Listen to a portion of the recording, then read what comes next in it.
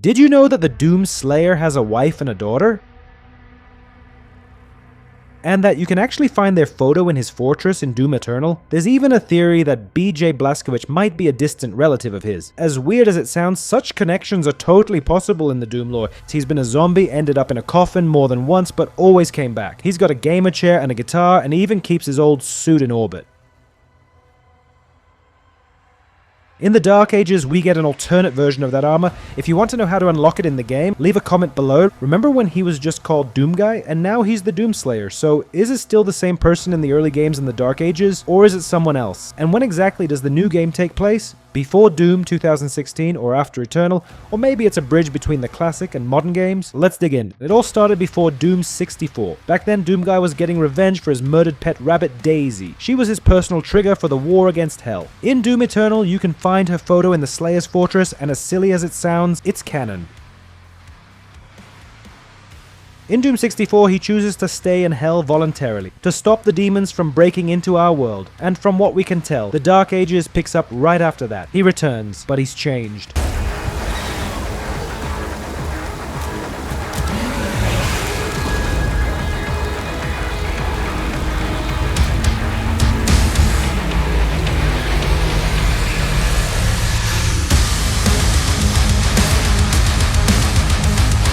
A man who's been through hell can never be the same. His soul is corrupted, and he no longer feels the pain that would break a normal human.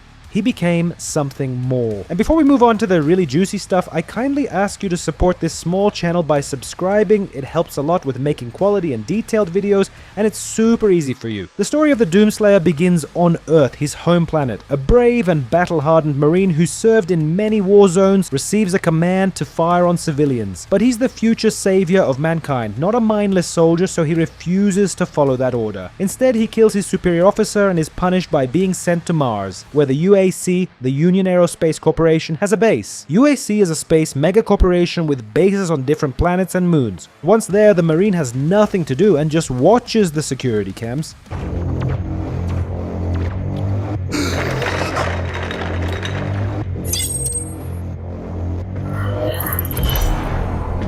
For the past 4 years, the UAC, mainly working with the military, has been experimenting with interdimensional travel. They got results. They even opened a portal connecting Phobos and Deimos, where most of the research was happening. They managed to send some objects through, but lately, the portal started acting up. Unpredictable. Volunteers who went through either never came back or returned completely insane and violent. Eventually, all of them died. Some literally exploded alive.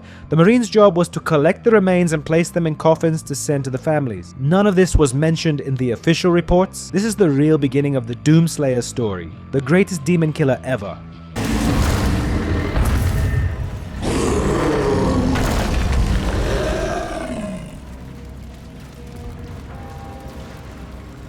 One day, a distorted distress signal comes from Phobos. The message was unclear, and then Deimos simply vanished from the sky. All contact was lost with both moons. Doomguy and a few other Marines were the only nearby soldiers, so they were sent to Phobos for a combat recon mission. Doomguy was ordered to secure the area outside while the rest went inside. For hours, he hears screams, gunfire, and bones cracking over the radio. Then, silence. Armed with only a pistol, the Marine knows he'll never make it off Deimos alone, so he goes in to help his brothers in arms. Once inside, Doomguy realizes the place is swarming with demons that came from Hell through the experimental portals.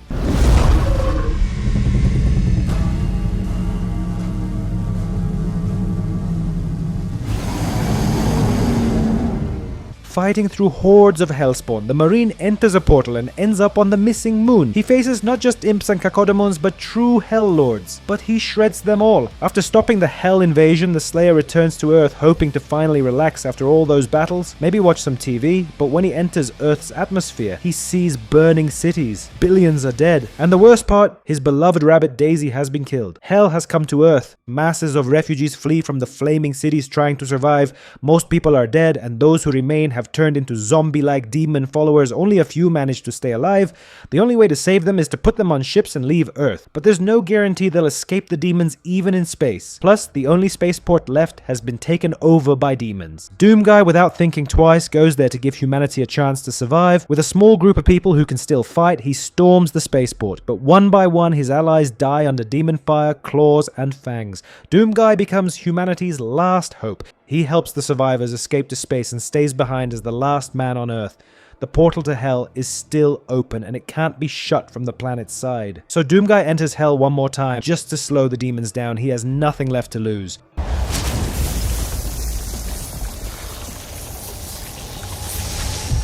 After cutting through wave after wave of Satan's creatures, he finally meets the most powerful demon he's ever faced, the Icon of Sin. Even this titan falls to Doomguy's blade as he drives the crucible right through its heart. The portal to Earth is finally closed, but eventually the demons return. To prevent this from ever happening again, the Slayer makes a fateful choice: to stay in Hell and stop the demon armies before they even get started. And that's where the events begin to connect the old games with the new ones, and the key piece is the Dark Ages.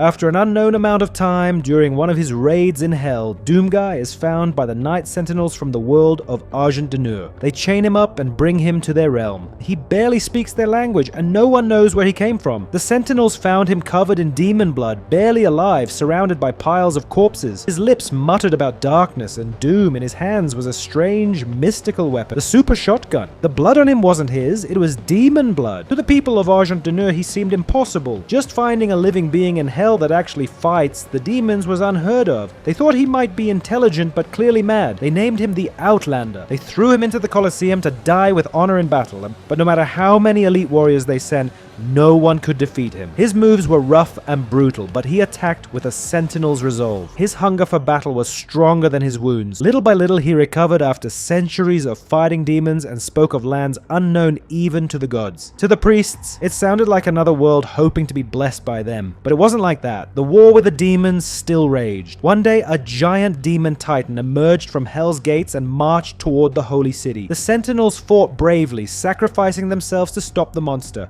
But when all of them had fallen, the Outlander still stood. Samur told the Outlander to follow him to the divinity machine. There, Doomguy was transformed, blessed with godlike strength and speed. From that day on, the one who walked out was no longer just a man.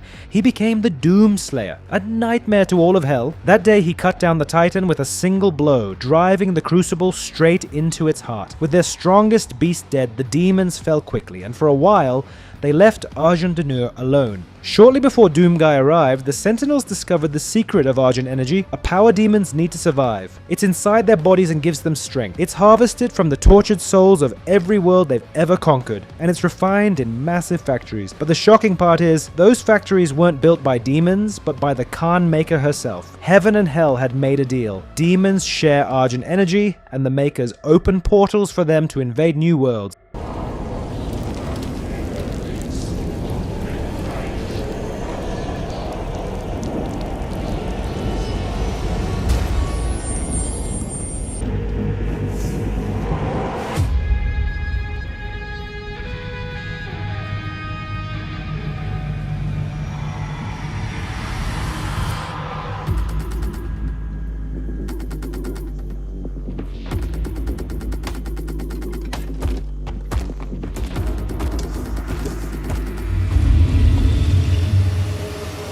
When this truth came out, civil war broke out in Argent D'Nur. The Sentinels invaded Hell again, aiming to destroy the Hellforges. The plan was to teleport elite troops straight into the factories. The Slayer led the charge, but they were betrayed. The priests made a deal with Hell and teleported the warriors right into the demon hordes. Everyone died. Everyone except Doomguy. How long he spent down there, no one knows. The demons finally realized they couldn't beat him in battle, so they tricked him, trapped him, and locked him in a sarcophagus for thousands of years. They marked the place with a seal known to every demon. The message was clear: never ever open this tomb. Meanwhile, Earth entered the 22nd century. Humans discovered the Wraith Stone, which led them to Argent energy. They learned how to use it and built the Argent Tower to harvest it. This energy replaced all other resources. During an expedition to Hell, Samuel Hayden, now a mind inside a robot body, found the sarcophagus and brought it back to the UAC base. Soon after, because of Olivia Pierce, demons broke loose again on Mars, the sarcophagus was opened, and that's where Doom 2016 begins. And I hope that after watching this video, the Slayer's journey is a little clearer to you now, and you have a better idea of where the Dark Ages fits in the timeline. If I missed anything, I'd love to read your thoughts in the comments, so don't hesitate to write and correct me. This was Puzzle. See you in the next video.